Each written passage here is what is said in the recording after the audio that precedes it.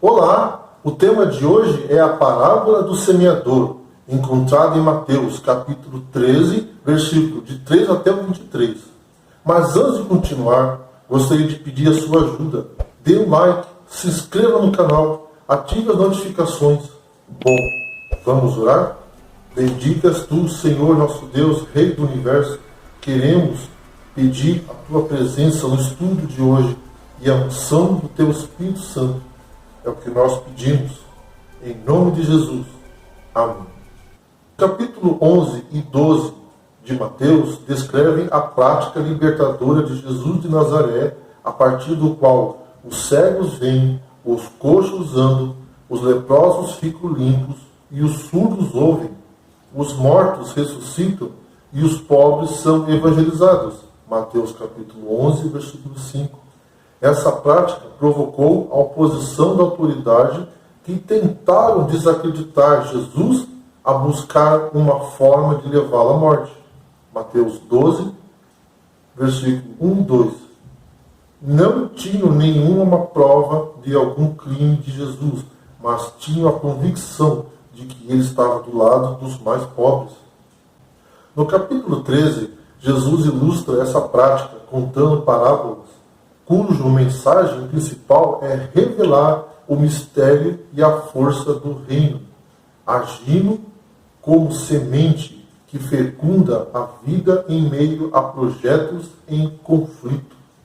Parábolas são narrativas alegóricas, figuradas, e que querem transmitir uma mensagem, como que lançando a pergunta para que a pessoa ouvinte conclua.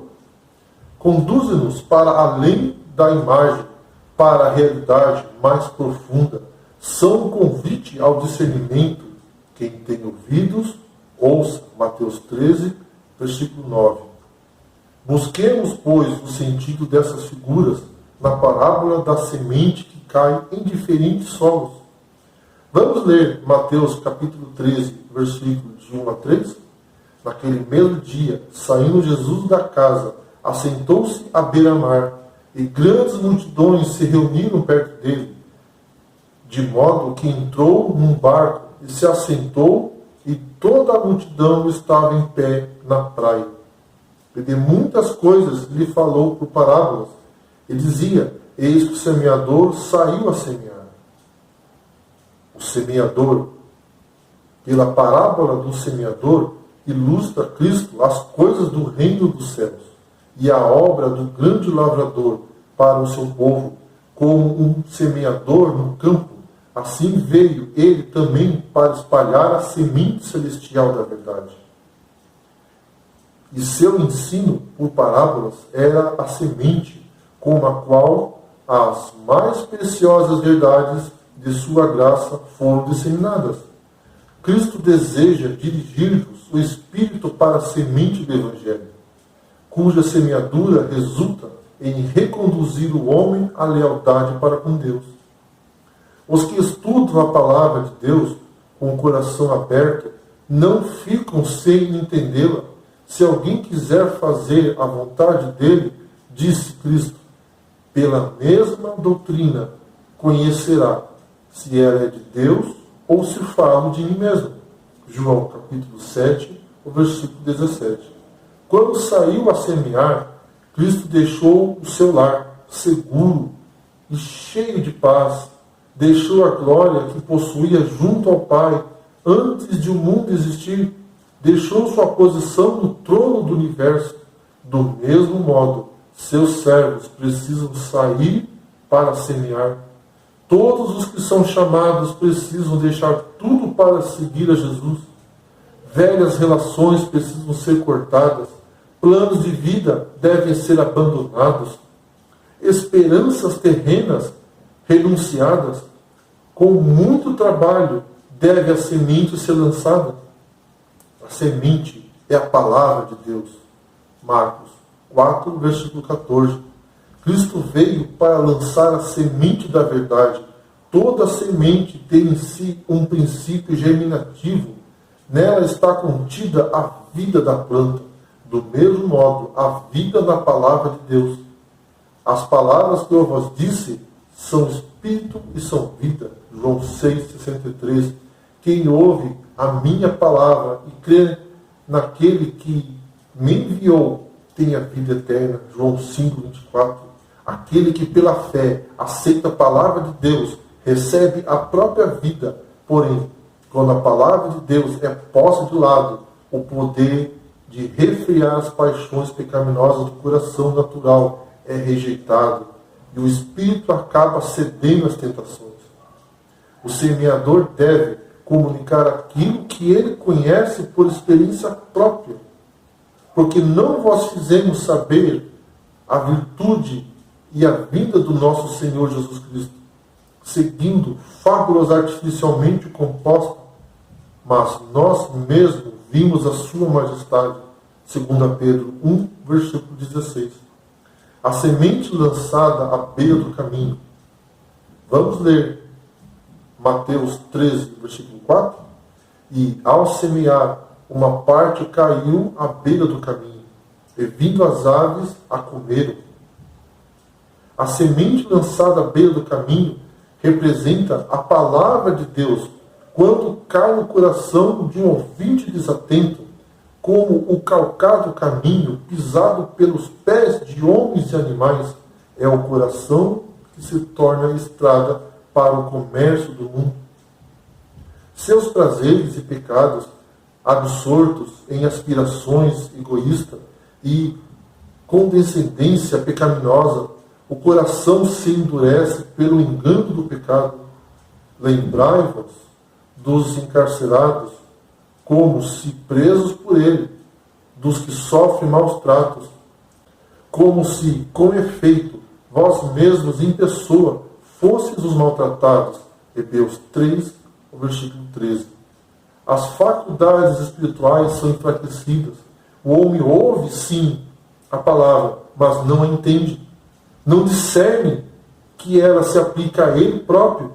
Não reconhece suas necessidades, nem seu perigo. Não percebe o amor de Cristo e passa pela mensagem de sua graça como alguma coisa que não diz respeito. Como os pássaros estão prontos para tirar a semente do caminho, assim também Satanás está atento para tirar da mente os princípios da verdade divina. Teme a palavra de Deus possa despertar os negligentes e ter efeito sobre o coração endurecido.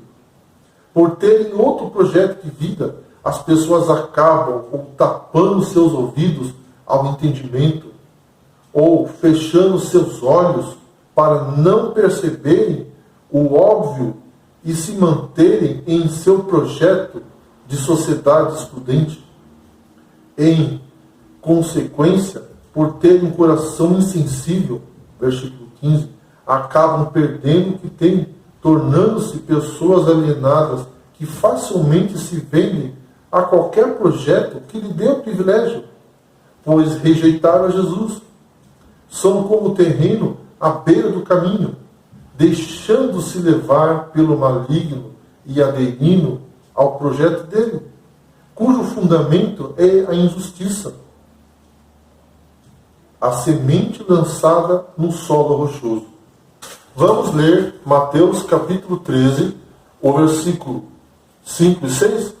Outra parte caiu em solo rochoso, onde a terra era pouca, e logo nasceu, visto não ser profunda a terra. Saindo, porém, o sol a queimou. E porque não tinha raiz, secou-se. A semente lançada no pedregal, encontrada solo pouco profundo. A planta brota rapidamente, mas as raízes não podem penetrar num solo rochoso, a fim de obter nutrição para sustentar seu crescimento, e logo perece. Muitos que professam religião são ouvintes de pedregais, como a rocha está sob o sedimento da terra, está o egoísmo próprio do coração natural sobre os bons desejos e aspirações. O amor ao próprio eu não está subjugado, ainda não viram a extraordinária iniquidade do pecado, e o coração não está humilhado pelo sentimento da culpabilidade. Esta classe pode ser convencida com facilidade a perecer de promissores conversos, mas só possuem religião superficial.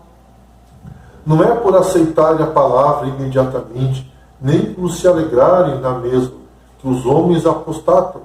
Quando Mateus ouviu o chamado do Salvador, levantou-se imediatamente, deixou tudo e o seguiu. Deus quer que aceitemos a palavra divina logo que venha ao nosso coração. E é justo que a recebamos com alegria. Haverá alegria no céu por um pecador que se arrepende. Lucas 15, versículo 7. As raízes da planta penetram profundamente no solo e, ocultas aos nossos olhos, alimentam a vida. Assim é os cristãos. A vida espiritual é alimentada pela união invisível da alma com Cristo, mediante a fé. Muitos aceitam o Evangelho para escapar do sofrimento e não para serem libertos do pecado. Tornar-se cristão não é ter a pólice de seguro. As provações virão, enquanto a vida decorre suavemente. Pode parecer firmes, porém sucumbem diante da primeira angústia. Afastam-se quando Deus lhe aponta algum pecado acariciado, ou exige renúncia e sacrifício. Não querem nascer de novo, não desejam se regenerar. Não há disposição de fazer uma mudança radical na vida. São esses os que fixam os olhos nas desvantagens e provações presentes e se esquecem das realidades eternas. Como os discípulos que deixaram Jesus, então também prontos para te dizer: duro é esse discurso, quem lhe poderá ouvir? João 6, versículo 60. A verdade é mal recebida, a semente lançada entre os espinhos. Vamos ler Mateus capítulo 13, versículo 7. Outra caiu entre os espinhos, e os espinhos cresceram e a sufocaram. A semente do Evangelho cai muitas vezes entre espinhos e ervas daninhas. E se não ocorrer uma transformação moral no coração humano, e se não forem abandonados velhos hábitos e práticas da anterior vida pecaminosa, se não forem expelidos da alma os atributos de Satanás, a colheita do trigo será sufocada. Os espinhos serão a colheita e destruirão o trigo. A graça só pode florescer no coração que está sendo preparado continuamente para a preciosa semente da verdade. Os espinhos do pecado crescem em qualquer solo. Não precisam de cultivo especial. Mas a graça necessita ser cultivada cuidadosamente. Se o coração não for guardado sob a direção de Deus, se o Espírito Santo não refinar e enobrecer incessantemente o caráter, revelar-se-ão na vida os velhos costumes. Os seres humanos podem afirmar sua crença no Evangelho, mas, a não ser que sejam por eles santificados, nada vale sua religião. Se não obtiverem vitória sobre o pecado, esse será obtido vitória sobre eles. Os espinhos cortados, mas não arrancados, brotam novamente até sufocar a alma. Cristo especificou as coisas que são perigosas para a alma: os cuidados deste mundo, a fascinação das riquezas, verso 22, e os deleites da vida, Lucas 8, 14. Os cuidados desse mundo. Nenhuma classe está livre da tentação dos cuidados desse mundo. Aos pobres, o medo da pobreza traz preocupação. Aos ricos, vem o temor da perda e uma multidão de ansiedade. Muitos dos seguidores de Cristo esquecem as lições que ele ensinou sobre as flores do campo e as aves do céu. Mateus 6, versículo 25 até o 34. A fascinação das riquezas. O amor à riqueza tem poder apaixonante e ilusório. Em vez de despertar gratidão para com Deus, as riquezas conduzem à exaltação própria.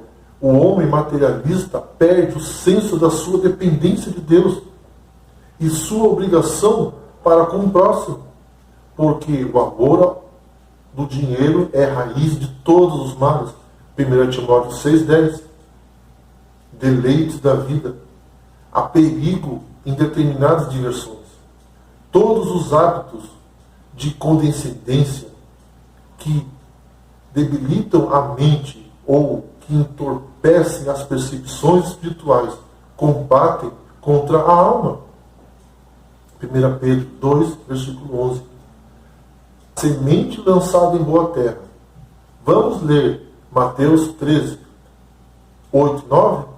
Outra, enfim, caiu em boa terra e deu fruto, a 100, a 60 e a 30 por um. Quem tem ouvidos para ouvir, ouça. O coração honesto e bom, Lucas 8,15, do qual fala a parábola, não é um coração sem pecado, pois o Evangelho deve ser pregado aos perdidos. Cristo disse: eu não vim chamar justos, mas sim os pecadores. Mateus 2,17. Quem se rende à convicção do Espírito Santo é o que tem um coração honesto, reconhece a sua culpa e sente-se necessitado da misericórdia e do amor de Deus. Tem desejo sincero de conhecer a verdade para obedecer. O bom coração é um coração crente que deposita fé na palavra de Deus. É impossível receber a palavra sem fé, porque é necessário que aquele que se aproxima de Deus creia que Ele existe e que é galardoador dos que o buscam. Hebreus 11, versículo 6. O ouvinte da boa terra recebe a palavra, não como palavra de homens, mas, segundo é, na verdade, a palavra de Deus. 1 Tessalonicenses 2, versículo 13. Somente aquele que aceita as Sagradas Escrituras como a voz de Deus que fala é verdadeiro discípulo e dão fruto. Os que, tendo ouvido a palavra e guardam, produzirão fruto pela obediência recebida na alma. A palavra de Deus se manifestará em boas obras. Deleito-me em fazer a tua vontade, ó Deus meu. Sim, a tua lei está dentro do meu coração. Salmo 40, versículo 8. Todos esses solos, os corações, podem dar bons frutos, se permitirem que o semeador semeie a palavra. Assim o solo, que antes era infértil, passa a ser bom para o plantio. Com esta parábola, Jesus quer ensinar-nos que o reino é um dom de Deus e não depende só dos nossos esforços. A semente, a sua palavra de vida, é lançada pelo próprio Deus. A ação do Espírito é como a energia do vento que sopra em todas as partes. João 3, versículo 8. Que possamos estar sempre no quarto tipo de solo, mas se hoje não estivermos, que nossa meta seja alcançar um bom coração, preparado para receber e dar frutos para a honra e glória do nosso Senhor. Vamos orar. Bendito és tu, Senhor nosso Deus, Rei do Universo. Que a tua graça, ó Deus de amor, empodere-nos na luta contra o maligno, diante das perseguições deste mundo injusto e diante do desejo de todas as formas de riqueza, e que a tua ternura fortalece-nos no seguimento do teu reino, ao ponto de produzirmos frutos de justiça. Em nome de Jesus, é o que nós pedimos. Amém. Que Deus abençoe a cada um de vocês.